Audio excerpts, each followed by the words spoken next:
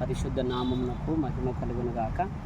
ఉదయకాలము ధ్యానములో ఒక మాట బైబిల్ గ్రంథం నుంచి మనం చదువుకుందాం. నా ప్రాణమా యెహోవాను సన్నుతించుము, నా అంతరంగమునున్న సమస్తమా ఆయన పరిశుద్ధ నామమును సన్నుతించుము. ప్రాణము, ఆయన మాట్లాడుతున్న మంచి మాట ఏంటంటే, దావీదు అంటున్నాడు, నా ప్రాణముతో, ఆయన ప్రాణముతో ఆయన అంటున్న మంచి మాట, నీవు ఆయనను సన్నుతించు. రెండో మాట మనం చూసినట్టయితే, అంతరంగములో ఉన్న సమస్తము కూడా ఆయన మాట వినాలని చెప్తున్నాడు. ఇంకా పిల్లరా, నీవు, నేను, మనము, దేవుని బిడ్డలమైన మనము కూడా ఆయనను స్తుతించి, ఆయనను ఆరాధించి, ఆయనను మహింపరిచి, ఆయనను ఘనపరిచి బిడ్డలుగా ఉంటే ఆయన మనను దీవించడానికి ఇష్టపడతాడు. మూడో మాట, పరిశుద్ధ నామము సన్నుతించు.